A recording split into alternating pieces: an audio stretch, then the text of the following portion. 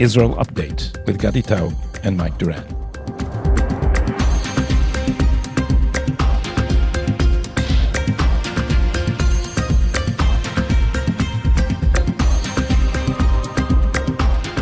Hello and welcome to Tablet's Israel Update. It's the 12th of March.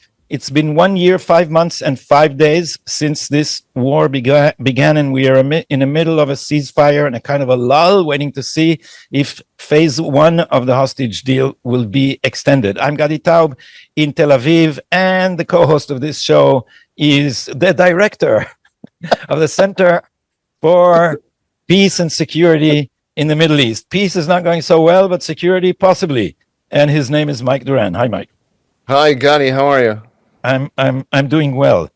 Shall we start? Are you as sane as possible under the circumstances? The circumstances have become more hospitable to sanity, and so I can testify that I am. Relative to what they were. I think we should. How do you say litfoch latzmenu al hashechem? I have no idea. I didn't understand it. I'm embarrassed to say. It's to congratulate ourselves. To pat ourselves on the back? To pat on the back. Litfoch al hashechem. Hashechem is this part of your anatomy, and it means to congratulate yourselves. And pat yourself on the back.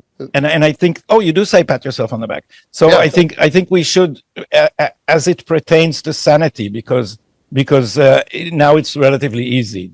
I remember the really dark times at the beginning of this war, and our determination not to sink into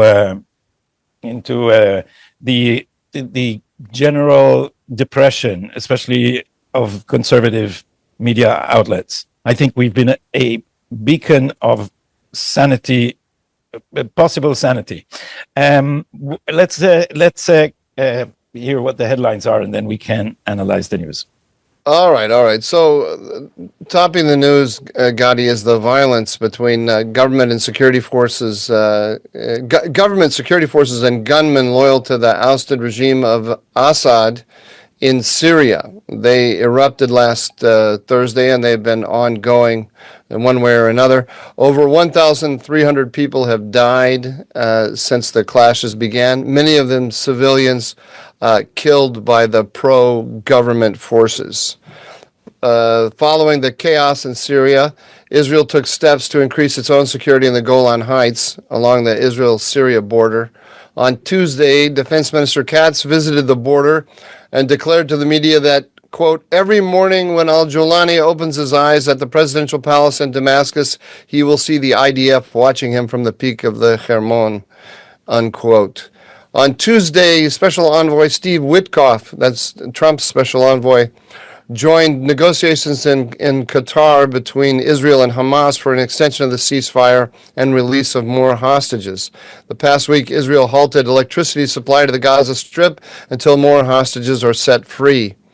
Also, in a statement yesterday, Morgan Ortagus, President Trump's deputy Middle East envoy, said that the United States was bringing Israel and Lebanon together to discuss the demarcation of the border. She said discussions will also focus on the future of 5 Israeli military outposts in Lebanon and of Lebanese prisoners still held in Israel after the ceasefire deal last year, which largely halted more than a year of cross-border warfare. On last Thursday, President Trump stated in an interview that he had sent a letter to the Iranian regime informing it that if it did not negotiate to end their nuclear program, the United States would act militarily. He said later to reporters that, quote, we're down to the final strokes with Iran. That's going to be an interesting time, and we'll see what happens. But we're down to the final moments. Can't let them have a nuclear weapon. Unquote. Over to you, Gadi.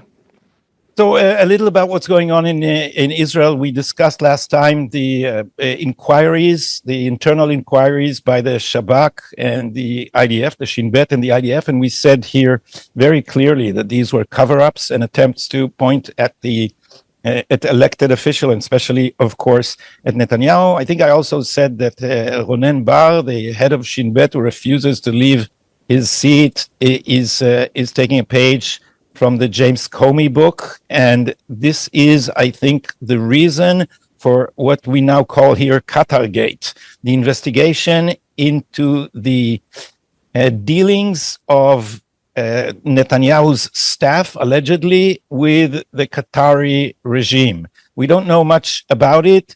Apparently, or at least the charge or the suspicion is that they have taken money for doing PR work for the Qatari regime. There's a gag order, so we can't tell much else about it. But the way Shabak is behaving and Ronnen Bar is behaving is becoming more and more atrocious. Mike, you mentioned last time that he made political conditions before he would leave, which are not the business of a secret police anywhere, to make demands, political demands of the government that they are supposed to obey. And now there is something even more outrageous. Former heads of Shabak using, biased is not strong enough a word, but I'll use that, biased media outlets who are willing to be conduits of mafia-like threats, saying, if you remove Ronnen Bar, remember that we have very damning information about your son and your family in general. Two separate journalists conveyed this mafiosi threat, and Ronnen Bar, the sitting head of Shabak, did not deny anything. He did not participate in the threats, or at least not overtly, but he never disowned them. And so this has been causing quite a stir outside the mainstream media, who are willing to support and swallow anything against Netanyahu. But these people who now say that Netanyahu has no right to move to fire the head of Shabak because this is a threat to democracy. It's a politicization of law enforcement and whatnot.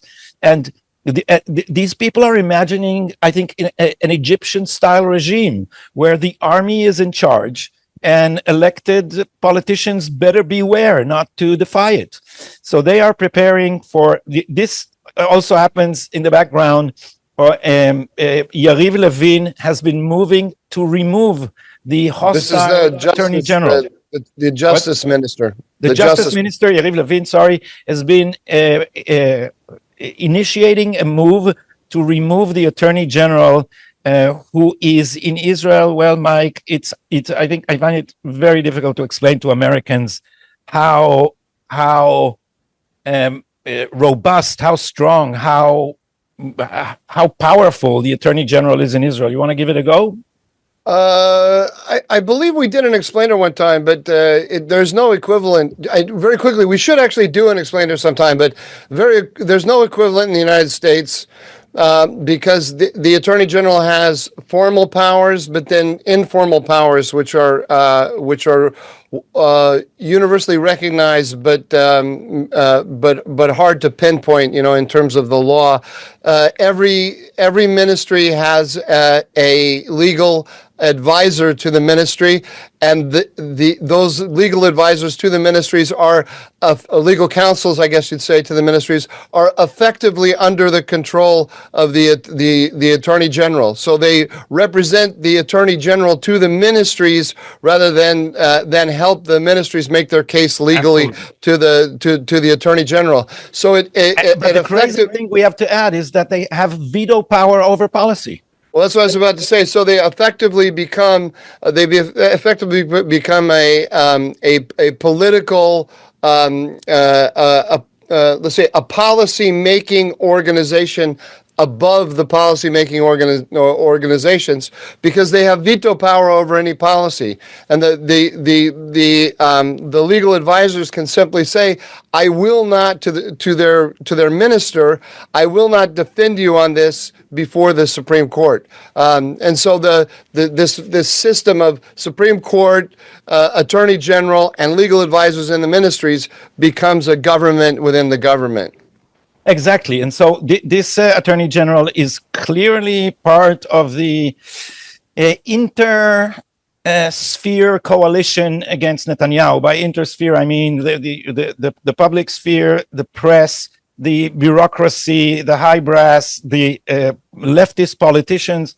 And you explained it, I think, very well, Mike. I tried to explain it on Mark Levin's show this weekend, and Americans think that you must be fantasizing when you Well, it sounds like it sounds like this is, of course, what they did over here as well when all of the legal maneuvering against Trump began. Is that people roll their eyes when you suggest that there's, when Russiagate began, and whenever I would go on TV and say that the Steele dossier is a tissue of lies, that people would start rolling their eyes and saying, "Oh, this is this is a conspiracy theory you're engaging in." Yeah, I trying to write about the Russia hoax here in Israel, I suffered exactly the same fate. The mainstream press labeled me a conspiracy theory, and the sad things the sad thing with these things, Mike, is now that everybody knows that we were right, nobody goes back to correct the record and say that we are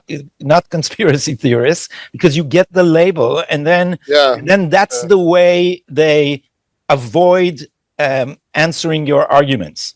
But you won the argument when people stop talking about it. They don't, but they never come back and say you got that right. Yeah. And a lot of people will remember the resentment toward you. Exactly. Thomas even after they adopt your position. Thomas Sowell said, I think rightly, people would forgive you for being wrong, but they will not forgive you for being right. And that's exactly the case. So in this, while Shabak is threatening Netanyahu with mafiosi threats about revealing private information. Remember, Mike, these people are Avtachat Ishim. They are also what do you call it in America? It's usually the Secret Service, but the people who are protecting. Just say the personal protection units, I guess you'd say, something like that. So the personal protection unit goes under your skin. They live with you. They know a lot of intimate details. And so Shabak is now threatening to use accumulated embarrassing details about Netanyahu's family. And Netanyahu came out against it very, very strongly. In one, recently he does these things, and he said, the Qatar gate is complete fake news.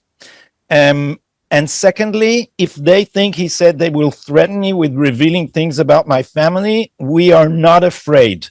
And this will not stop me from doing what's right. But he has not removed Ronnen Bar still, and not the Attorney General. The Attorney General, it's more complicated because he signed before the Supreme Court a commitment not to have anything to do with judicial affairs so long as his trial is going on, because supposedly he has a conflict of interests here. So we have all this going on, and now there is a new chief of staff, and people are looking at that and saying, if you look at this mafia of former Shabak heads, and also Herzi Halevi, who has been undermining the ability of the state. Herzi Halevi, the chief of staff, the outgoing chief of staff. He's now the retired chief of staff. So Herzi Halevi was also undermining the government. He also made political speeches. He also undermined the ability of the state comptroller, who has the authority to investigate October 7. We spoke about this in various ways. He tried to stop it by going to the Attorney General. So you see, these are all part of I don't want to say deep state. Let's just say the higher bureaucracy, or the permanent bureaucracy, or the administrative state, and they act in unison. And then comes a new chief of staff, Eyal Zamir. And one of the first things that he does is fire Daniel Hagari. Daniel Hagari is a general and is the IDF spokesperson who became a hero of the left because he kept using his podium to criticize the government. So he too is part of this same upper echelon bureaucracy that they are all covering for each other. And then comes Eyal Zamir, and he fires his PR person. That's the tiniest thing to do. And that's the obvious thing to do, right? Your PR person is supposed to be something personal and someone you have personal confidence in. So Yeah. he replaces Daniel Hagari. He doesn't throw him out of the army. He replaces him, and the press goes into a complete tantrum. I miss that. When did this happen?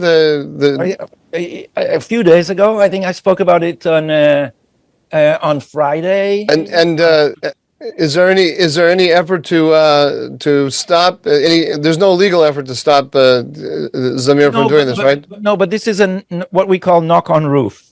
Yeah. This is a warning, a shot across the bow.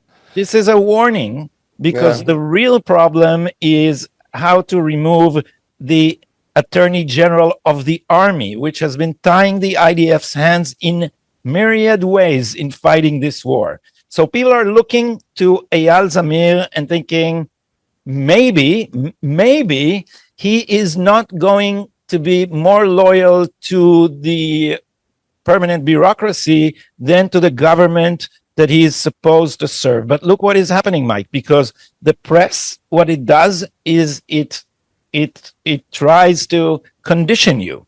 So when Netanyahu, for instance, appointed Roni Elshech, who was deputy head of Shabak, he was appointed chief of Israeli police. He was considered, he's a religious guy with a knitted yarmulke. He is Mizrahi. We supposed he was leaning to the right in his opinions, but we didn't know. He came from outside the police, and the press just battered him again and again and again until he hired a very expensive PR person. And then lo and behold, he turned on Netanyahu. He supported the investigations against Netanyahu. He came out repeatedly to the press, like James Comey did, against Netanyahu, and suddenly he became a hero. And suddenly he was, he got cover stories in the daily press. And so everybody here is tense, waiting to see if the new IDF chief of staff is going to buckle under the same kind of pressure and turn against the government of Israel to find favor with the junta, with the press, the permanent bureaucracy, and the left. Okay, I dug up some polling here. Channel 13 News held a poll. And that's almost a contradiction in terms. Okay, I know you will assume it's a biased poll, but it's still interesting. Okay, so are you for or against talks between the United States and Hamas to free hostages? That's the United States is now talking directly to Hamas, right? So for 57%, against 23%. Who is looking out more for the hostages, Netanyahu or Trump? Trump, 50%, Netanyahu, 29%, don't know, 21%. Are you for or against firing Attorney General Gali, I can never say her name. Gali Baharav Miara. It's such a hard name for me to say. For 39%, against 53%, don't know, 18%. Finally, are you for or against firing Ronnen Bar? For 38%, against 39%, don't know, 23%. So if this poll is reflective of anything, it's very interesting that this effort to protect Ronnen Bar is not doing very well because of all the issues before the public, there was less support for the effort to keep him in place than anyone else. And as I said on the previous show, I think we are gradually coming to realize that Ronnen Bar is the single most important decision maker in the night of the disaster. He is responsible for not raising the level of alert because Shabak has responsibility for Gaza and Yehuda v'Shomron. Yeah, and his appeasement frame of mind said that we should not raise the alert because this can drag us into accidental escalation because that will he just assumed that Hamas has peaceful intentions and is only getting ready for an Israeli attack. That's the frame of mind of the head of the Shabak. This is the grandeur of the failure. And what struck me, Mike, from the statistics you read, is the opposite. How come there are still 39% who think Ronnen Bar should stay? He should be rolled in tar and feathers and have the scarlet letter on his forehead for the rest of his life. He is supposed to be apologizing, and I wrote something even more rude on Twitter, saying, "Does anybody know why Ronnen Bar has not committed harakiri?" That was an attempt to provoke, because that was after this man, who is responsible for the greatest disaster in Israel's history, is now clinging to his chair and manipulating the inquiry in order to exonerate himself. That is the most shameful thing you can do, and also very, very stupid, because we will find out the truth. Too many people are involved. This is too important. There will be no ability to cover this up. This is not the Kennedy assassination, Mike. This is not something that hangs on a single point. This is a huge thing, and the responsible parties would be found out. So I'll just end with saying that the most encouraging sign is that after Herzi Halevi deliberately subverted the state comptroller from studying what happened on the night of October 7th, because Herzi Halevi is obviously one of the responsible parties, now the new chief of staff has cleared the way for the state comptroller to investigate whatever he wants. We had an angry letter from the state comptroller complaining about Chief of Staff Herzi Halevi, that he is more or less threatening people who come to testify by sending him with a chaperone from the Chief of Staff's office, and also secretly recording the interviews. This is outrageous. And if we had a functioning press instead of a cheerleading faction for the anti-Netanyahu crowd, people would be calling him out on that. And while all this is happening, Mike, the hostage deal is now in a lull, and Syria is on fire. Let's skip from the deal to the mediation to Syria, if you can. Yeah, let's talk about Syria first, and then we'll go to the. I think what we should do, we'll talk about Syria, and then we'll talk about Trump's policy toward Gaza, Lebanon, and Iran. How's that? That's good. Yeah.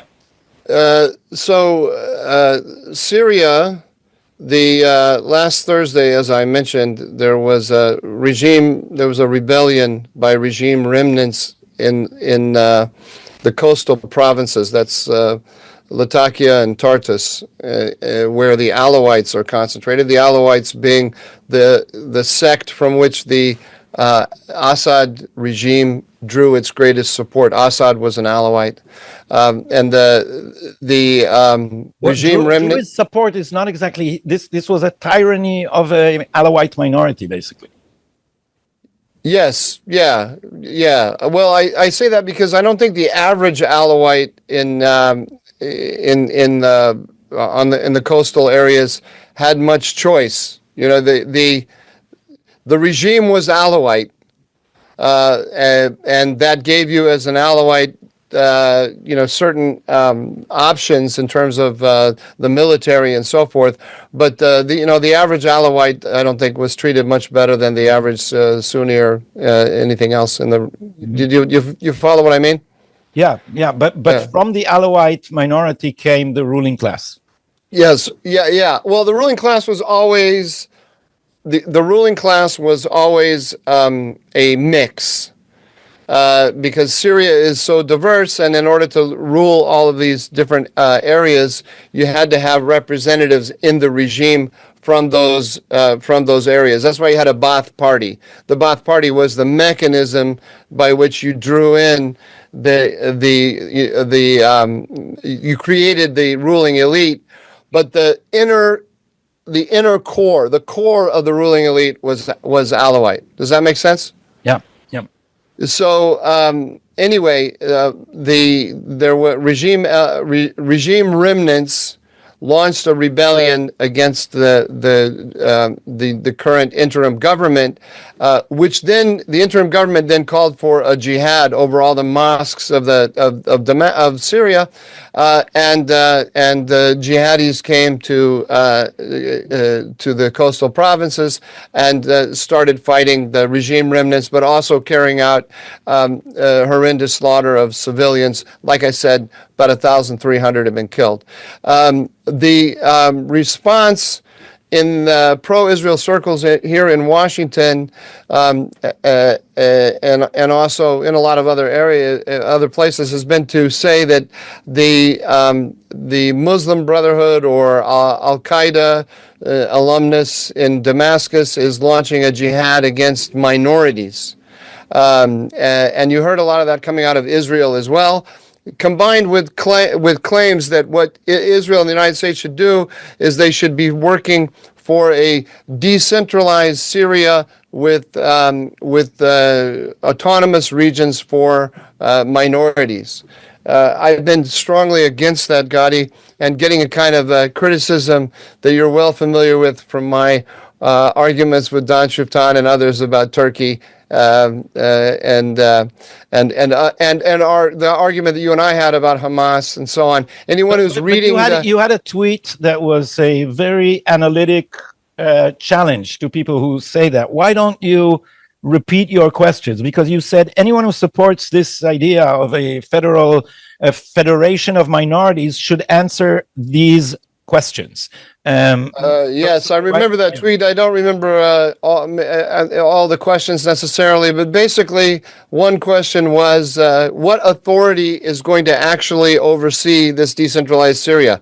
Who's going to impose that on Shara, who's now the guy de facto in charge in Damascus? That's number one. Number two, who's going to decide where the lines are and impose these lines about autonomous areas? Syria is a very diverse place. All these towns and cities in Syria are mixed to one degree or another.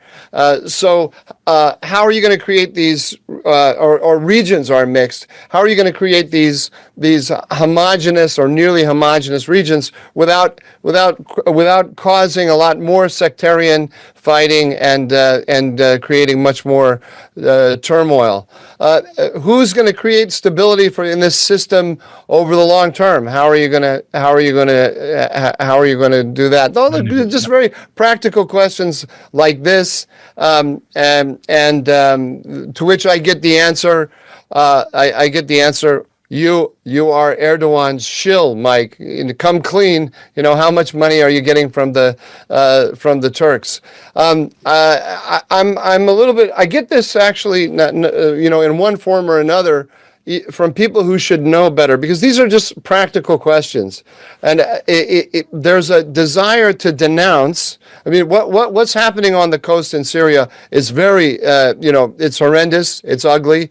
Watching people be brutalized by men with guns is, it's stomach churning, and so on. But the question is, what practically can be done about it? And what are the consequences of any proposed action that you're making? And I don't think people are thinking. About this step by step. For example, you heard a lot of Israelis, including Israelis who should know better, saying that there needs to be Israel needs to protect the Kurds against the Turks and that was a corollary to Israel should protect the Alawites. Not the Alawites. The Alawites. The Druze. First of all, the Druze, because we have a Druze population which is very loyal and which serves in the army, and they are kin of the Druze in Syria.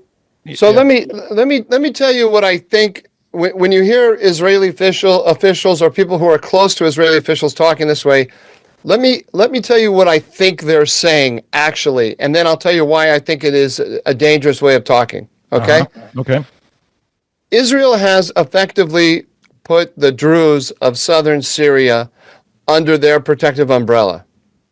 and they have created a buffer. The Israeli military has created a buffer zone in southern Syria. Now, there's a lot of Sunnis in southern Syria too, as well, by the way. But they have who are under the in the zone that Israel has put under its its protective umbrella. So I think when the Israelis see sectarian violence in a place like Latakia, they want to highlight that for their own home, their domestic audience, for the Americans. But also, it's a statement to Turks and to Jolani. Just as Katz said, Jolani, you should be aware, we're sitting on the Hermon and we can see Damascus every day. So it's a kind of a warning to Erdogan and to Jolani that we're going to protect our little sectarian enclave in the south, the Druze in the south. But they said it in terms of protecting minorities in the whole country, and the Israelis have apparently established some kind of relations with the YPG, that is the PKK in northeast Syria, as well. Make a pause here, Mike, to explain to those of our viewers and listeners who are not who don't remember the details of your argument with Dan Shiftan. So let me just sum up the basic assumptions. There is the Biden regime supported the PKK in North Syria. Obama and Biden, and Trump never reversed it. He was inclined to reverse it, but he never did. The PKK wants to bust up Turkey into two states, a Turkish state and a Kurdish state. And so this is like a thorn in Turkey's side, and this is not just Erdogan, as you explain. This is against the state interest of Turkey, no matter what the regime is. No matter who's in charge. The YPJ is an offshoot of the PKK. YPG is an offshoot of the PKK, and they are in central eastern Syria. Northeast Syria. Northeastern Syria.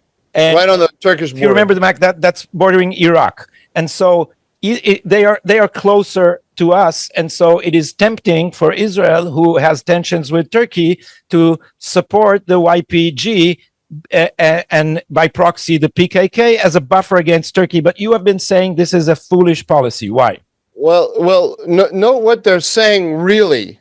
When they say when Israelis or pro-Israelis say that there needs to be a decentralized regime in Syria where the minorities are protected and have autonomy, they're saying the United States should do that. This is the issue. So it's a call for a certain American policy. So quite in addition to the fact of whether it annoys the Turks, and I do think it's a mistake to go after the Turks in this way. But the most important thing here is that the United States itself is not going to support this. This goes against the general inclinations of the Trump administration. And it didn't get as much gaudy attention as it should have, that on Monday, this is Thursday, the violence on the coast began. All of these people said we need to have autonomous regions for the minorities. And then on Monday, it was announced that the YPG has come to an agreement with Jolani about moving the forces of the YPG up under the centralized government of Syria. So there couldn't be a stronger statement that this is that events in Syria are moving in the opposite direction towards centralization under Shara's interim government rather than decentralization. But more important than that, Gadi, it should be obvious that the United States supports this. Marco Rubio, the Secretary of State, put out a tweet saying it was a good thing.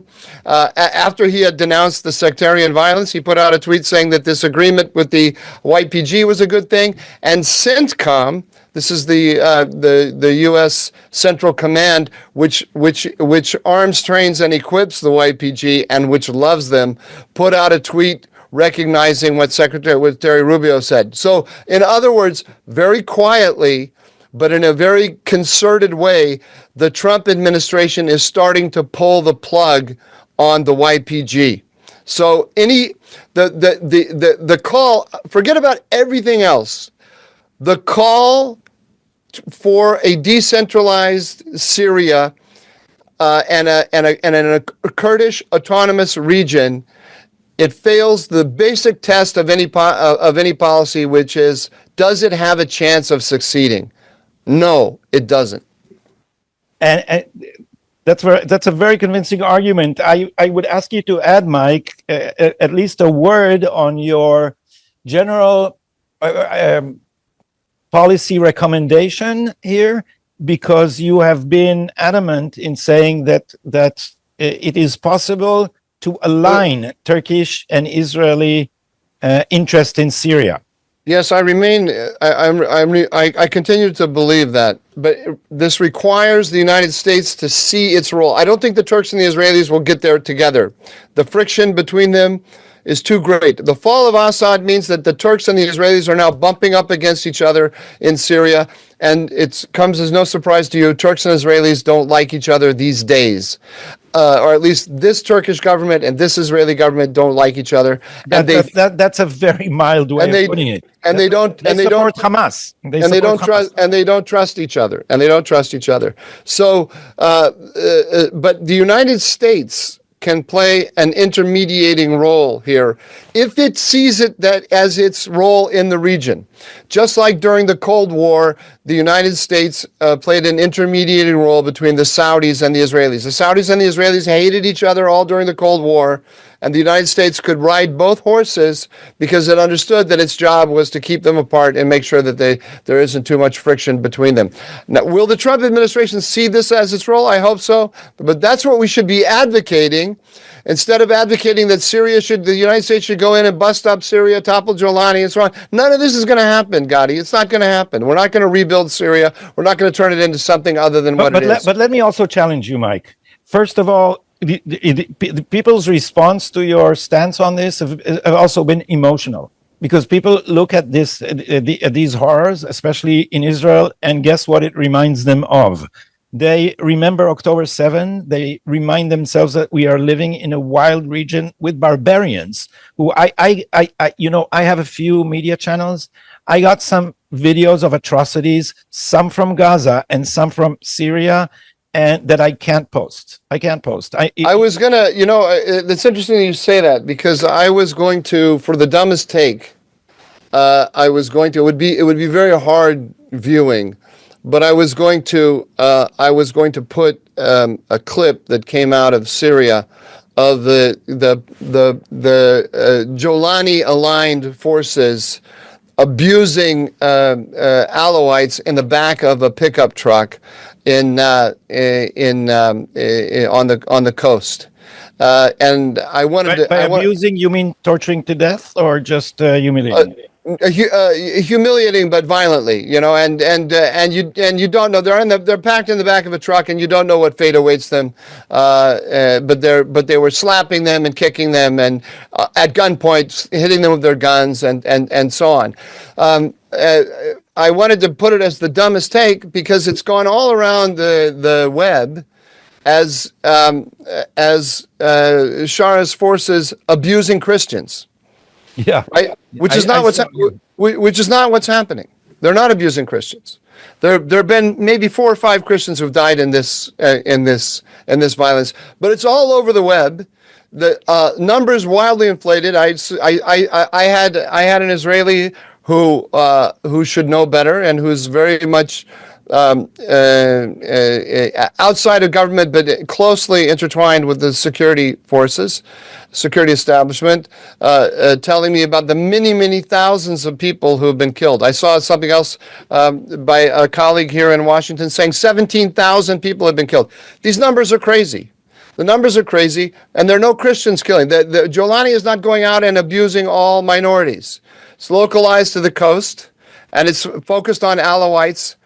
And it's against the background of a rebellion against him by former Assad regime elements who are very likely backed by Iran today. So this is part of Iran's attempt to come back. And that is, and also they would do the same. they did do the same. This is not all of what you're seeing the Jolani people do to the Alawites is what the Alawites did to the Sunnis for 12 or 14 years. I mean, this kind of thing has been going on in Syria since 2011, and it hasn't led to outcry by Israeli ministers calling for anyone to do anything about it, right? So neither was an outcry in America, nor was it all over the web. Right. But my point here is that they're not really talking about the sectarian violence. It's not the sectarian violence that bothers them. What bothers them is the idea that there's a regime in Damascus that represents the majority, the ethnic majority in Syria, that's backed by the Turks, that could become a threat of Israel. So let's talk about what we're really talking about is the point. And let's discuss what the real options are about that. Not a lot of this stuff which is just propaganda. And let me point out something else to you, Gadi, which really surprised me. The Iranian regime is putting out in its official outlets, but also through its surrogates and social media, that Jolani is killing Christians, and it's depicting Assad as the defender of Christians. Tucker Carlson is going on and on about how Assad was the defender of Christians, and that the crazy neocon pro-Israeli elements who wanted to topple Assad never understood this, and now we see the reality.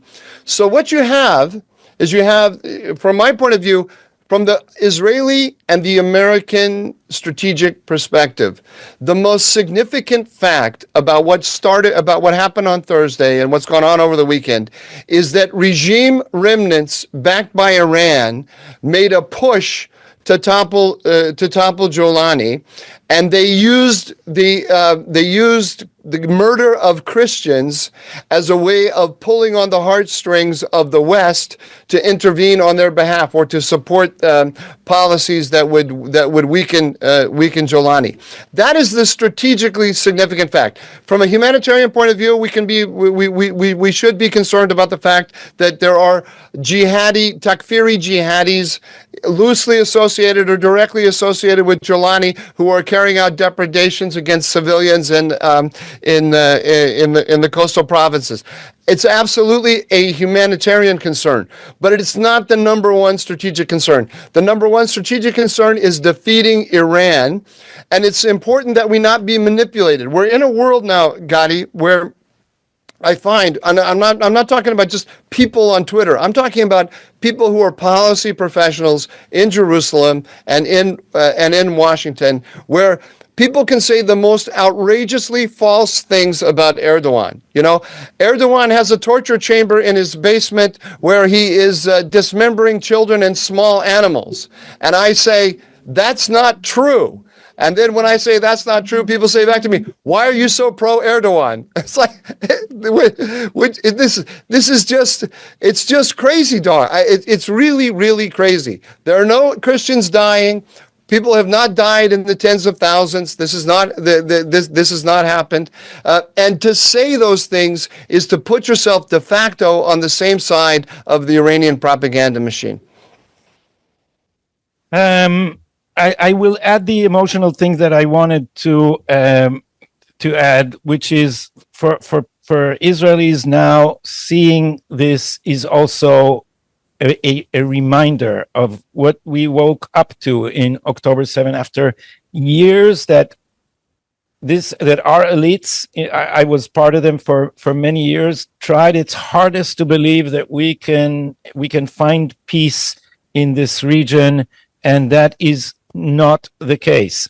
This is why people are extremely worried, for example, by the fact that the Trump administration is talking directly to Hamas, because here we call them the Hamas Nazis. This is a Nazi regime next to us, and so the fear that all these wild barbarians, we are in danger of being engulfed by all this barbarity, is something also very emotional for Israel. So I'm adding this not because it's an argument, but because when you lay the interest of why people are making this argument based on interests that they like to conceal, it also reverberates emotionally. And a friend of mine, whom you know, a historian, told me, he said, it's hard to explain to Americans what you feel when you see the fate of minorities in this region, because for Israel, we are a tiny speck on the map in this sea of barbarity, and this is barbarity. And we're living in an age where, the one of the first pieces I wrote about the Obama regime, which was my entrance to Haaretz, by the way, was it was called Asur lomar et haemet. It's forbidden to say the truth. And this PC, Edward Said frame of mind, where you're not allowed to say the truth about what is going on in this region, and you're not supposed to call evil, evil, and you're not supposed to call barbarians, barbarians. That bubble has burst, and the attempt of elites in Israel to reimpose it is not going to succeed. And I hope that throughout the West, we will insist on saying the truth, because I'm just this is an asterisk remark to what you're saying. Part of Israel's struggle, Mike, is in the realm of ideas, and in the realm of ideas, the West has been telling us for decades. It's elites, it's academic establishment, it's academia, it's press, it's art, has been telling us that Zionism is the last vestige of a bygone retrograde colonial era, and it's the last outpost of colonialism, and it's doomed. It should be doomed. It's illegitimate. It's the end, the tail end of something horrible.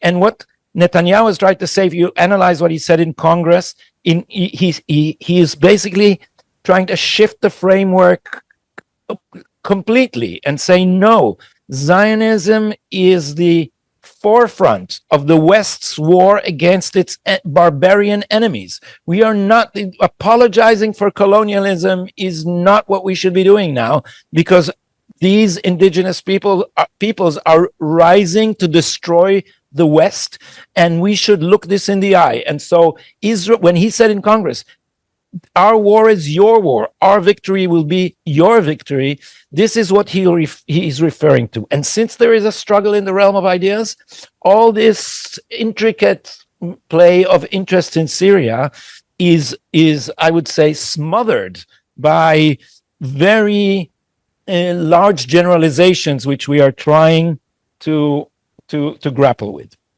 Well, look, I understand the Israeli emotions. I do, but Israel is a small country surrounded by people who don't love it, to put it mildly. And it doesn't have the luxury to make policy based on emotion. It has to be very clear-eyed about what its strategic goals are, what its strategic priorities are, and how to achieve them. And what are the tools they have at their disposal? As I said to you about the YPG in northeast Syria, the test of any policy is the potential for success. What is the possibility that Israel can do anything to prevent the killing of Alawites in northwest Syria? What's the protect the Druze closer to our borders? Yes, and it is doing that, and it should do that. So let me tell you something. Let me tell you something pragmatic, Mike. And its statements of policy should be directed at that, because once it starts talking about northeast Syria, and I'm saying this as an objective, well-informed observer, it doesn't know what the hell it's talking about. Yeah, It doesn't understand what's going on in northeast Syria. It doesn't understand the history there, and it doesn't understand American policy there. It's clueless, really clueless. What I was going to suggest is not a matter of substance, but a matter of practical debate. Is that if you start from you can protect the Jews, Israelis will listen to you. And I know I sent you messages. I got people who are, I'd say, friends of Israel Updates, and also consider you one of their favorite goys. Are saying, what happened to Mike? Why is he protecting this Daesh Julani? Why is he doing that? Well, here's my question for them. Gadi, you know very well that I have been saying for years that Turkey is on the rise and that we have to deal with Turkey, right? Yep. That Erdogan is a fact of life that we have to deal with. He's the most powerful and influential ruler in the region. And there's no getting around that. When I say these things, people say, "Why is he so pro-Erdogan?" Like they want to, we can denounce Erdogan till the cows come home. It's not going to make him disappear. He's still going to be there. Has to be grappled with. Coming up with these fantasy proposals where who's the we are going to create a decentralized Syria. We are? Who's going to do that? How are they going to do that? I understand why that statement is emotion, why it answers the emotions that people have, but they haven't thought it. First of all, they don't know what they're talking about. They haven't spent 5 minutes thinking about Syria or following it really. And they haven't thought about what are the implications of Israel beginning to push this line. If you start thinking about it 2 and 3 steps ahead, it's not good for Israel. All right. Shall we go to the dumbest take on the news? Or did you? Well, we were going to talk a little bit about Hamas and right. We were. We should spend a couple. Thank you for abiding by the tradition of not letting me finish of being the master of anticlimax. Yeah. I have one big point to make about the Hamas negotiations, the Lebanon negotiations, and the Iran negotiations. So I guess we're kind of out of time. So let me just go to the one big point, if I may. Yep. Which is that the Netanyahu government is going along with the Americans in their mediation on Lebanon, which looks like almost a kind of revitalization of the Hochstein mediation in the past, and they are going along with the Witkoff negotiations with Hamas, and clearly the Trump administration has opened up a line directly to talk to Hamas. I think the Netanyahu. I have no information on this. I'm just my reading of the Netanyahu government in general. I think they're going along with all of this because Netanyahu has his eyes on the prize, which is destroying the Iranian nuclear program. And Donald Trump put out a Truth Social posting, as I mentioned in the news, in which he said, "Iran, sit down and negotiate, or we're going to take military action." That's a very big deal, and I suspect that is the thing that is at the forefront of the thinking of Netanyahu. He's not going to do anything at all to get on the wrong side of Donald Trump on Gaza or Lebanon, as long as that possibility is hanging out in front of him. And this is the kind of wise strategic thinking. I think this is very wise, and this is what I'm talking about, because the strategic priority for Israel and for the United States has to be to destroy the Iranian nuclear program. If that happens, the entire region, the balance of power in the entire region shifts in favor of Israel. Yeah, I think that's true also of domestic policy, because Netanyahu, I suspect, is not happy with the tumultuous possibilities that might be the consequence of attempting to remove the Attorney General. But this is a clumsy way to say that the protest movement can erupt again along with the refusnik. Imagine, Mike, that there are people in the midst of a war refusing to denounce the weapon of refusing to serve in the IDF. You think Yariv Levin is doing this on his own, coming up with this very elaborate process for dismissing the Attorney General? This is not. He's not been urged by Netanyahu to do this. No way. He's been urged by Netanyahu, and the trap is, and what he can say for himself is that he is forbidden from even consulting Netanyahu on this, since there is a conflict of interest, and Netanyahu has committed to the Supreme Court that he would not have anything to do with the judiciary or with any judicial reform, and that includes the Attorney General, of course. The Attorney General in Israel is the counsel to the executive and is also the head of the prosecution, and Netanyahu is currently in trial. So he would not touch this thing with a stick. I'm sure he's not happy with it, but Yariv Levin had his reform defeated, and then he had the Supreme Court basically, it's not dethroned because it's not a throne. What do you say? He was removed as chair of the committee for appointing the president of the Supreme Court. The president of the Supreme Court basically took the committee that Yariv Levin is chairing and convened it without the Minister of Justice, Yariv Levin, and had it appoint him as the head of the Supreme Court. Yariv Levin has refused to acknowledge him as president of the Supreme Court. He would not work with him. So Yariv Levin holds a serious grudge, and he, I think, and also Gali Baharav Miara, the Attorney General, is sabotaging policy in Israel. We may.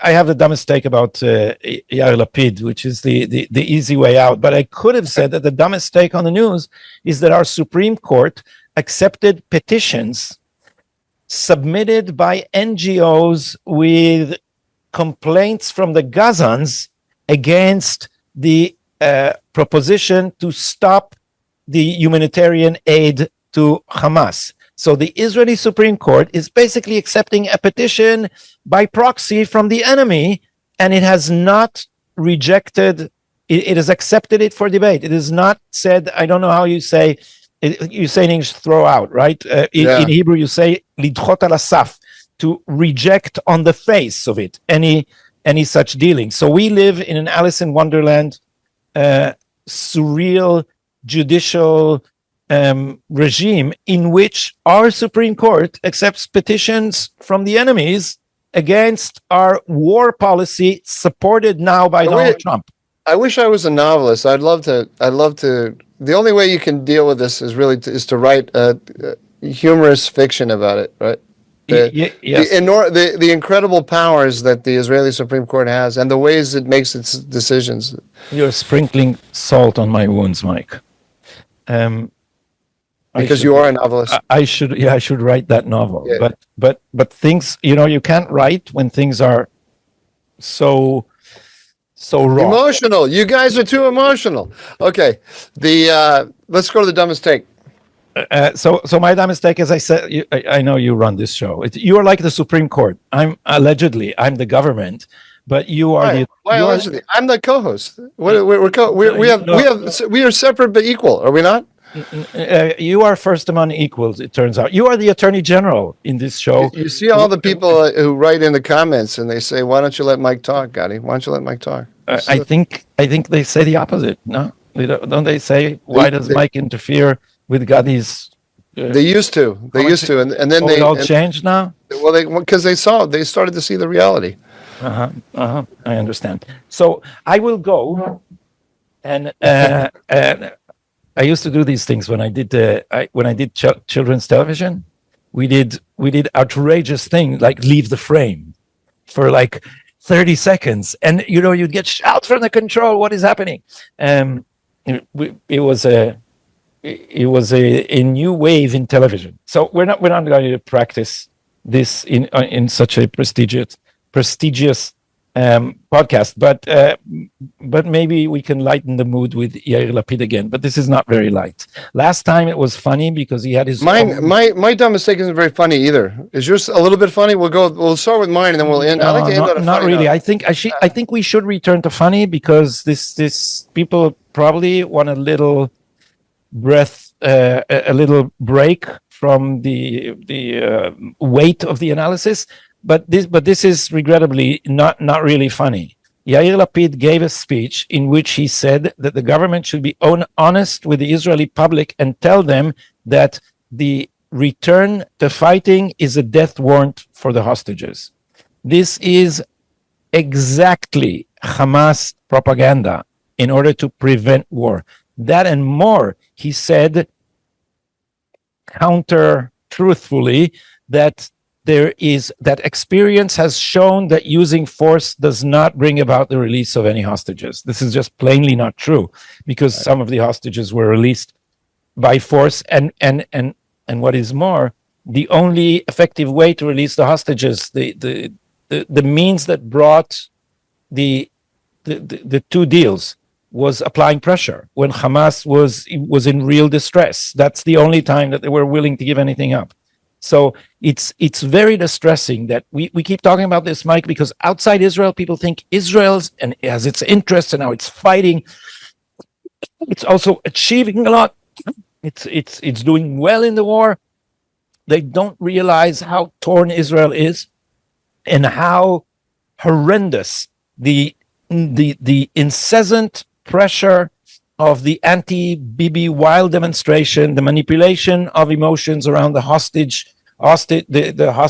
issue, are tearing Israeli society apart brutally. And these people say repeatedly, some of their leaders, the leaders of the protest, say repeatedly that the real enemy is Benjamin Netanyahu and Hamas is a problem we can deal with. And so this has been, it's hanging like a dark cloud over all of us, that in the middle of a war that was clearly a war for survival, when it also seemed that survival was not assured, they were wildly attacking a wartime government struggling to ensure Israel's survival. It's just it's sickening. And it's been it's been like heavy on our chests for months now. So this is a dumb mistake. It's a dumb thing to say. You should not say such a thing when Israel is clearly getting ready to resume hostilities. Okay, my dumb mistake. I'll just do it really briefly. Also, not funny. I wanted to highlight that Thomas Massey, congressman from Kentucky, gave an interview with Judge Napolitano, where he basically said that complained about the inordinate power and influence of the Israel lobby in Washington, and it highlighted the mainstreaming since October 7th of anti-Semitism in our system, but I thought his take was dumb.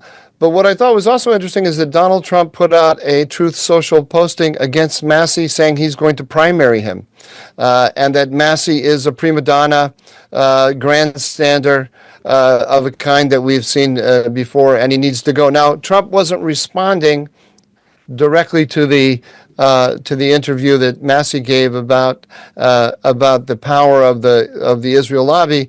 He has his own agenda with Massey, but I thought it was interesting because I think that the system is starting to correct itself a little bit. There was also, as it pertains to anti-Semitism, you mean? As it pertains to anti-Semitism and the fringe, what used to be the fringe right, there's been mainstreaming of fringe right views in the last couple of years. Another one I saw was Tucker Carlson was lampooned by the Babylon Bee, where it showed Tucker Carlson interviews Saruman about the warlike intentions of Rohan. The references to the Lord of the Rings, Saruman being a corrupt wizard, and Rohan being the elf army, which is the elf army, which is fighting against Sauron. And that also used to be the line of attack from the left on Tucker Carlson, right? It's not that different.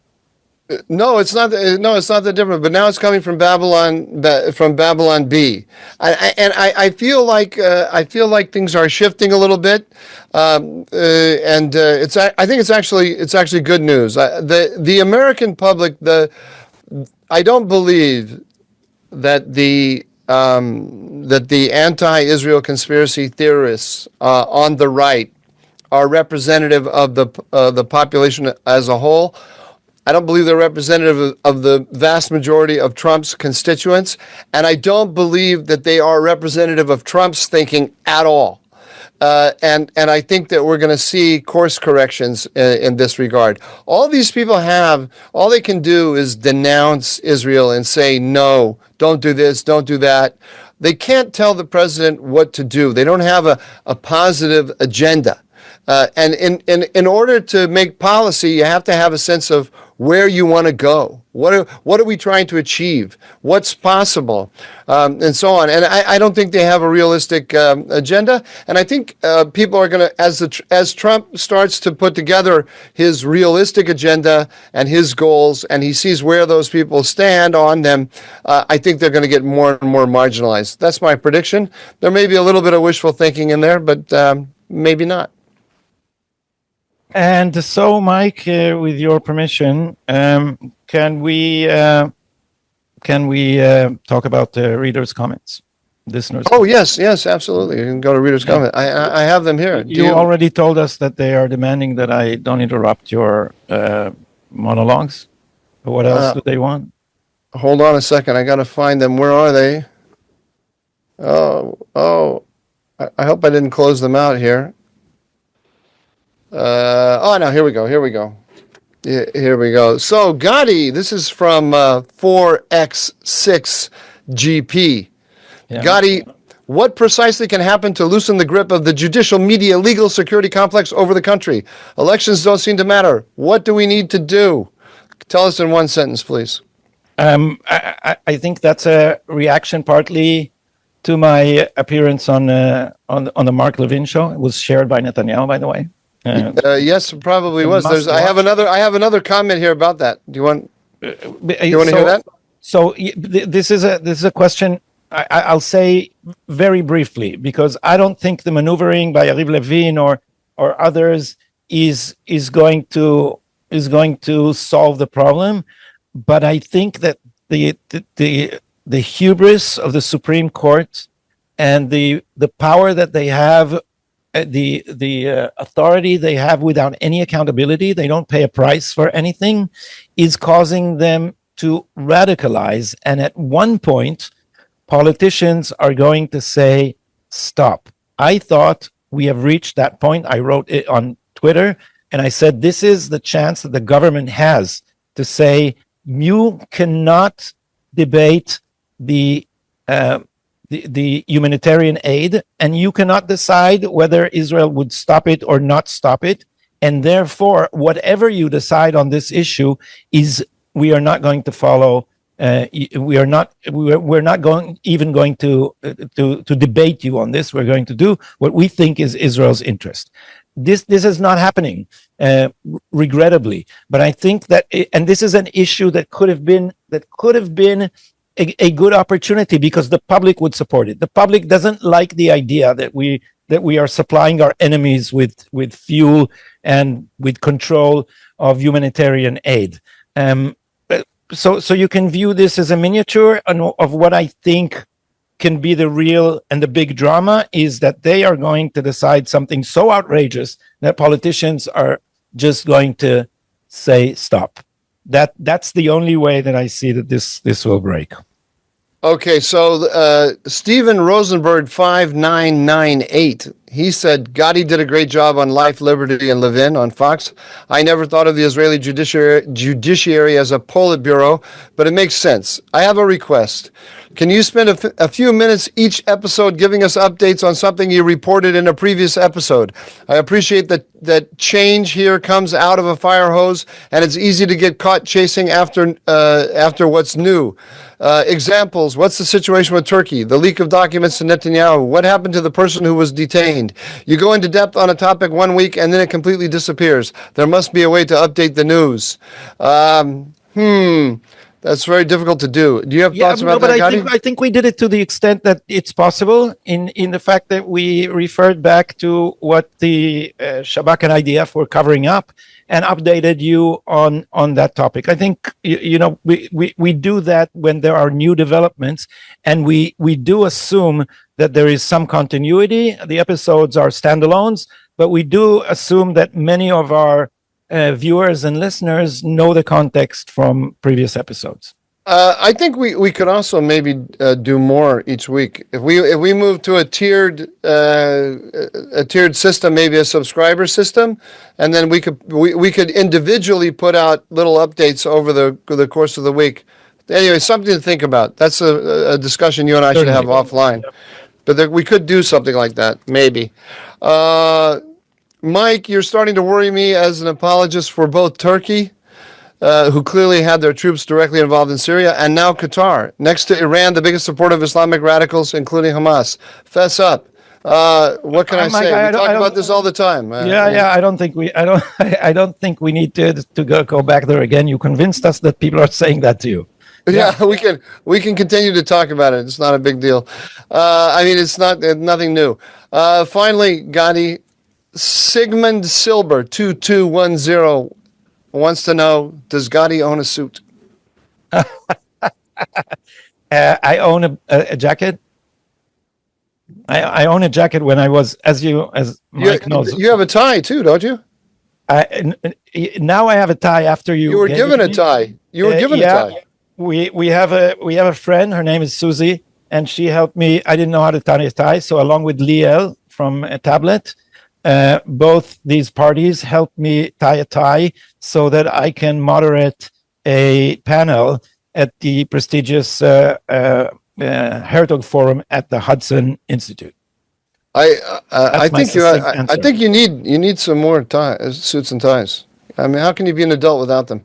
In Israel, Ben Gurion is right behind you, and although he did not wear this specific shirt, Ben Gurion was unaccustomed to putting a tie, except on the occasion when he declared Israel's independence. But he made a point of showing that he was tanned. There was a tanned triangle on below his neck on his chest. So because he's a worker. Because he's a worker. He was a worker for 2 months. Anu banu arza livnot velehibanot. Okay, now you have to translate that. You can't just get away with it. We came to the land to build and to be built. Exactly. Zionism in a nutshell. So that is it from us now. If you complained about our absence, now you have an earful of us, and we will be back. I think, Mike, that we will have to shift the days because of my university schedule this semester. So we will probably start recording towards the ends of the week. Wait. So Wednesday? I thought we were going to do it on Wednesdays now. No, we're going to do it on Thursday or Friday? 2 weeks from now, I'm starting to teach on Wednesdays. So we need so we're going to probably move to Thursday. But we'll save you our scheduling dilemmas and just present you with the outcome when it is there. In the meantime, you should, speaking to the audience, they should like us, subscribe, and leave a comment. Preferably a positive one, but we will take criticism. You're a very competitive guy. Do you want to create a system where they can like us separately? Sure. Yeah, I don't mind. I know they're going to like you more than me because I'm a Hamas apologist, Galutnik Jew. I can't remember what it was. I was being ironic, but apparently Do you miss that? Because I missed it. I'm sorry. Being a Galudnik Jew, whatever, I don't have a sense of irony like you. the would-be Jew. So that's all from us. Thank you for listening, and we will be here with you next week with another episode of Israel Update.